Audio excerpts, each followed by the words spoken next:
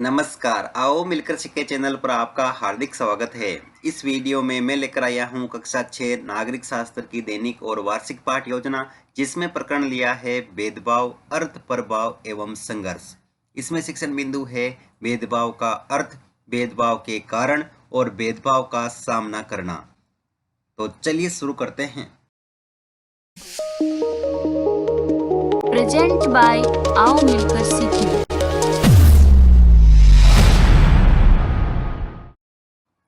सर्वप्रथम लिखेंगे विद्यालय का नाम, जहां पर आप ये लेसन प्रस्तुत करेंगे। कक्षा 6 विषय नागरिक शास्त्र, प्रकरण भेदभाव, अर्थ, प्रभाव एवं संघर्ष।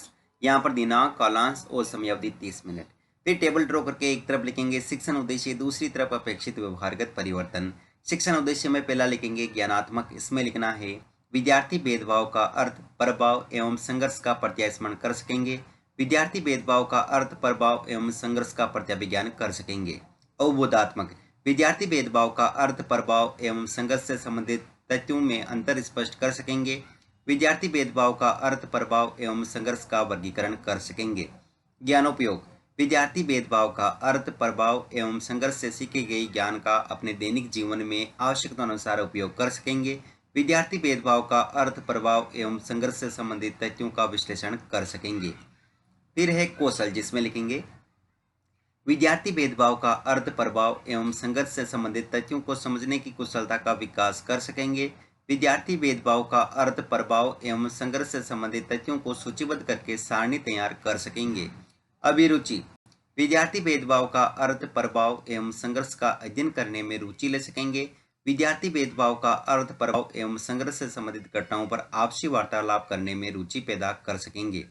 अभिवर्ती, विद्यार्थी भेदभाव का अर्थ, प्रभाव एवं संघर्ष के प्रति अपने दायित्व का निर्वाह कर सकेंगे।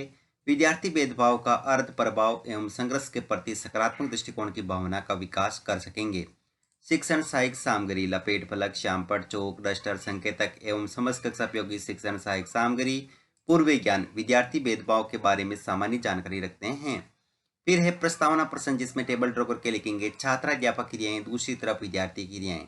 अगर आप छात्राध्यापिका हैं तो जहां पर भी छात्राध्यापक लिखा है उसकी जगह आप छात्राध्यापिका लिखेंगे।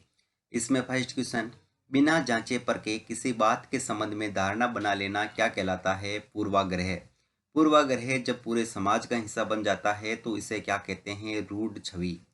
रूढ़ छवि से समाज पर क्या प्रभाव पड़ता है? भेदभाव जिससे बुराई पैदा होती है। भेदभाव के बारे में आप क्या जानते हैं? समस्यात्मक प्रश्न।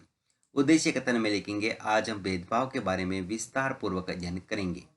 फिर है प्रस्तुतिकरण, जिसमें टेबल ड्रॉ करके लिखेंगे शिक्षण बिंदु, छात्राध्यापक क्रियाएं, विद्यार्थी क्रियाएं, विधि पर विधि और श्यामपट्ट सार। शिक्षण बिंदु में पहला लिखेंगे भेदभाव का अर्थ, जिसमें विकासात्मक प्रश्न में फर्स्ट क्वेश्चन, भारतीय समाज में प्राय घर का काम कौन करती है? लड़कियां या महिलाएं? लड़के लड़की में रूढ़ छवि के कारण क्या किया जाता है? भेदभाव। भेदभाव के बारे में आप क्या जानते हैं? निरुत्तर विधि में प्रश्नोत्तर विधि। फिर एक छात्राध्यापक कथन, जिसमें लिखेंगे भेदभाव तब होता है जब लोग पूर्वाग्रहों या रूढ़बद्ध धारणाओं के आधार पर असमान व्यवहार करते हैं, उसे भेदभाव कहते हैं।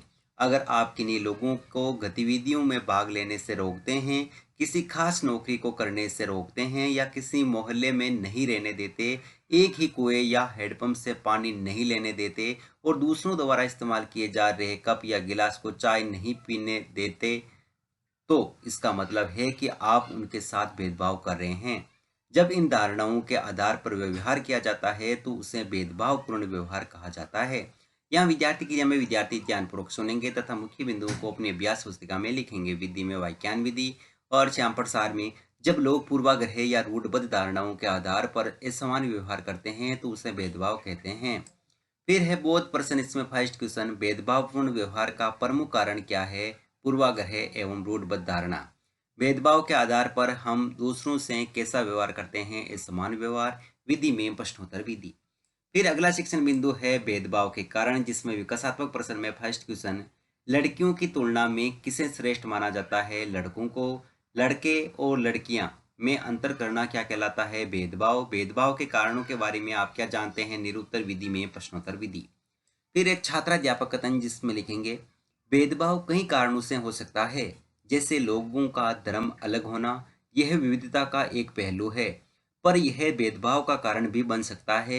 ऐसा तब होता है जब लोग अपने से भिन्न प्रथाओं और रिवाजों को निम्न कोटि का मानते हैं।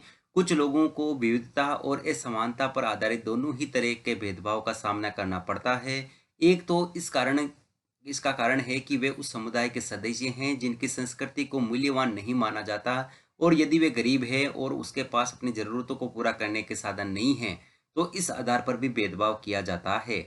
ऐसे दोहरे भेदभाव का सामना कई जनजातीय लोगों, धार्मिक समूहों और खास क्षेत्र के लोगों को करना पड़ता है। यहाँ विद्यार्थी क्रिया में लिखेंगे। विद्यार्थी ध्यानपूर्वक सुनेंगे तथा मुख्य बिंदुओं को अपनी अभ्यास पुस्तिका में लिखेंगे। विधि में वाक्यान विधि और श्याम प्रसार में लोगों को विविधता और इस समानता पर आधारित लोग दोनों ही तरह से भेदभाव का सामना करना पड़ता है। फिर है बोध प्रश्न। इसमें फर्स्ट क्वेश्चन, गरीब लोगों के पास किसकी कमी होती है? साधनों की। कुछ लोग विविधता और असमानता के कारण किसका सामना कर रहे हैं? भेदभाव का। विधि में प्रश्नोत्तर विधि।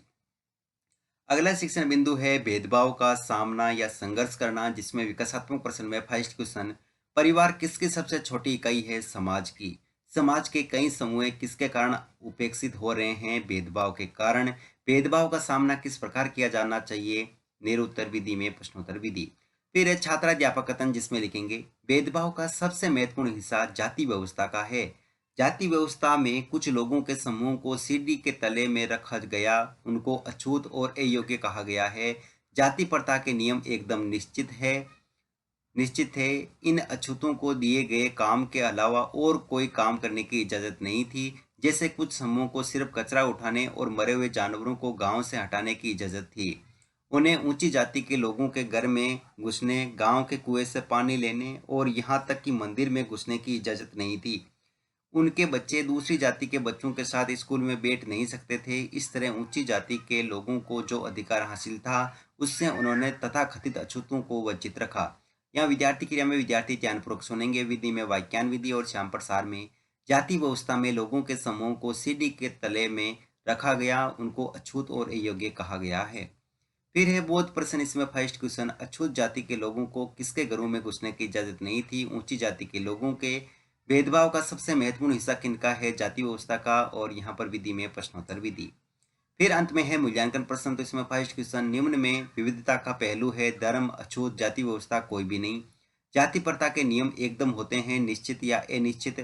भेदभाव के कई कारण हो सकते हैं, सत्य या असत्य। भेदभाव के कोई दो कारण लिखिए। अछूत किसे कहा गया है? गृह कार्य में लिखेंगे। भेदभाव का अर्थ बताते हुए कारणों को स्पष्ट कीजिए और अंत में पर्यवेक्षक टिप्पणी।